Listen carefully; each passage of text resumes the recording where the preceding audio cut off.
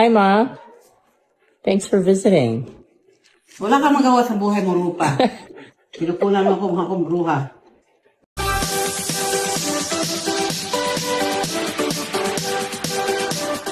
Hello and welcome back sa aking channel.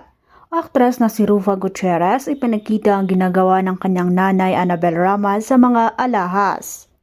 Sa video nga na ibinahagi ng aktres tungkol sa kanyang ina, siya ay nag-aayos ng kanyang mga alahas na ipapadala sa kanyang manugang na si Sara Labati.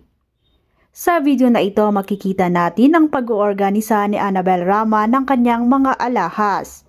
At pansin pa na kinukunan niya ito ng larawan at video. Sa ginagawa nga ni Annabel ay napatanong si Rufa kung bakit kinukunan niya ito ng videos. At ang sagot ng ina ay para di mawala at para alam daw ni Sara ang kanyang ipinadala. Ilang segundo pa ang lumipas ay biglang natawa ang aktres. Dahil sa sinabi ng ina nung nasambit niya na, "Hi Ma, thanks for visiting." Para malaman natin kung ano ang saad ni Annabel Rama sa anak, ating panoorin ang kabuuan ng video. Hi, Mother. Bakit, Rupa? Ano nagawa mo? Why are you taking videos and pictures? Para hindi mawala. Alam ni Sarah yung mga pinadala ko, hindi mawala. Hi, Ma.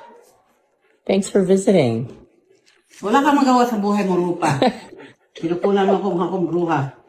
What's your message for the Ma? She's leaving. Tapos na kagabi, Rupa. Message ako sa kanya kagabi. Dahil, halika. Scotch tape mo ito.